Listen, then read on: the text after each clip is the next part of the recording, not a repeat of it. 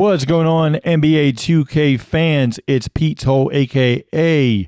PT Sports 84, back with another NBA 2K24 roster update review video. Today is Thursday, February 1st, 2024.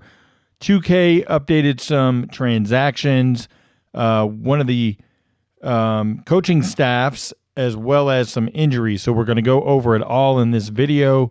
I'm going to keep it short and simple. Let's dive into the coaching staff. The Milwaukee Bucks made a change, obviously, with Doc Rivers coming on as head coach. He's 0-2 currently as the coach. The offense and the defense doesn't look much different under him, but like I said, it's only been 2 games. Doc Rivers was able to select some assistants that he wanted to bring on.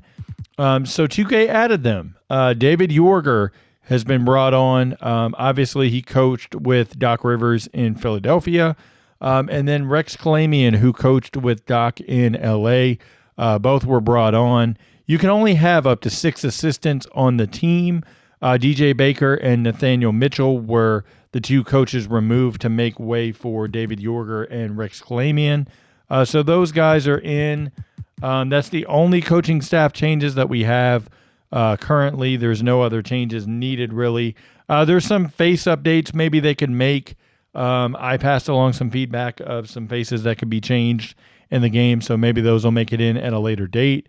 David Yorger obviously would need to be added to the 2012-2013 Memphis Grizzlies team as well in the game, so we'll see if that ends up happening once they do a retro update. But now let's get into the transactions that were made. Those that don't know, Craig Porter Jr. Actually goes by Craig Porter Jr. His Jr. was added to his last name in the game. Previously, obviously, was just Craig Porter. So that's a small update there. Pete Nance was waived from his 10-day contract earlier this week, so they finally got that in today. Taz Moore for the Portland Trailblazers also waived from his, the expiring 10-day contract, I should say, and they were not brought back. So they will have 14 days to add to those spots to get up to 14 minimum players. But with the trade deadline next week, it looks like they want to keep their options open. I would love to see Craig Porter Jr. converted to a standard contract and then Sharif Cooper added to the Cleveland Cavaliers on a 2-way contract. I think Sharif Cooper has played well enough in the Cleveland Charge G League system to deserve a call-up. One thing also to note, Tristan Thompson suspended for 25 games. Once he reaches 5 games on the suspended list, the Cavaliers can add an exception player to the team. So hopefully they'll do that. I expect it to be a big man to kind of help them out with some big man depth. We'll see what happens, like I said, along with the trade deadline as well, which is next Thursday at 3 p.m. Eastern. So we'll see. Other injury updates, DeAndre Hunter was activated to the Atlanta Hawks. So as you can see here, he is now playable online. And then for the Chicago Bulls, Patrick Williams is out with a foot edema. So who knows how long he's going to be out for. But it looks like they should be getting Torrey Craig back fairly soon. So maybe that'll help them out. Obviously, Zach LaVine on the trade deadline, or on the trade market for the trade deadline. We'll see if he gets moved or DeMar DeRozan, any of those guys. But the heart of this update lies with the Memphis Grizzlies. They've been hit with the injury bug big time. They were awarded 3 hardship exception spots by the NBA, which is a rarity.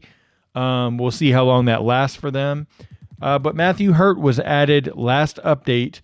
In this update, he actually gets his face scan added. For those that don't remember, Matthew Hurt was on the training camp roster of the Houston Rockets back for the 2021-22 season. They got his face scanned at that year's Summer League. So now it was added. Previously, they did not have it added in. So I guess they went back and found it and saw that he did have a face scan on there. Obviously, perfect render of him. Not something you can really replicate with the cap creator, especially the hair. So that was good that they were able to add that officially in. He actually already has played for them did pretty well. Hit a couple threes in the game. Played power forward and small forward, so that was good to see. Trey Jemison of the UAB basketball team is now in the NBA.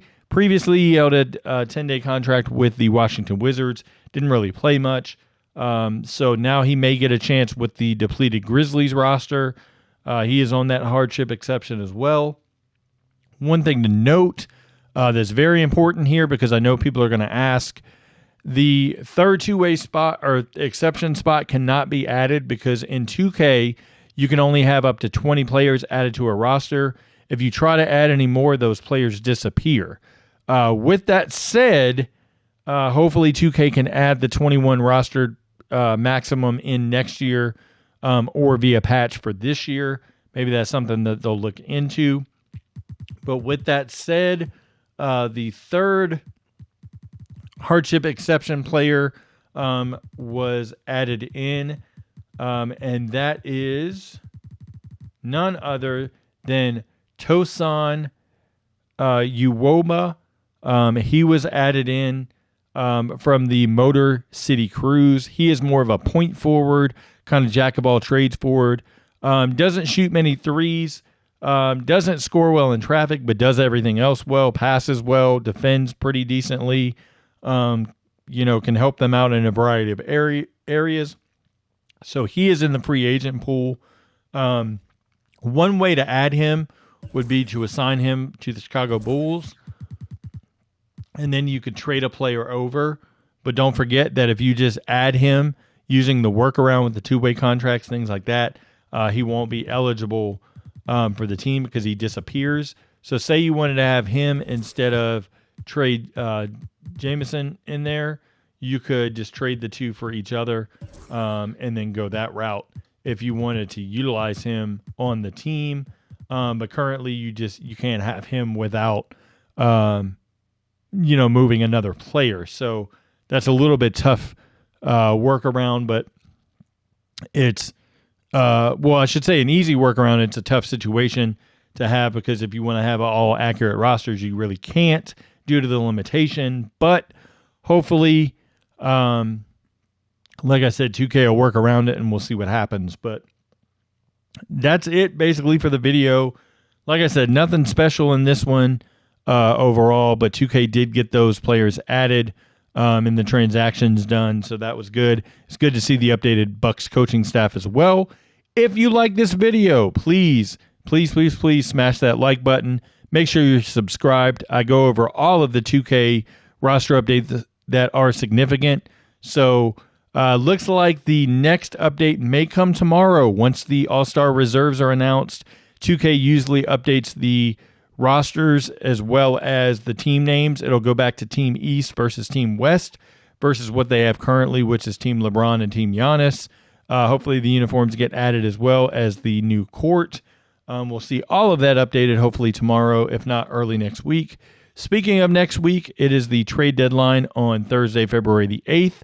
I expect 2K to have a major update, having all of those moves added, as well as any other transactions the following day, which is the Friday following the trade deadline. We should also maybe see a ratings update. They could push the ratings update another week, possibly. We shall see. But should be a big week next week with the trade deadline. We'll see lots of movement, hopefully. But with that said, that's the last video this week for me. Hope you enjoyed this content. If you have, like I said, hit that like button, hit the subscribe button. Have a safe weekend, everybody, and I'll talk to you next time.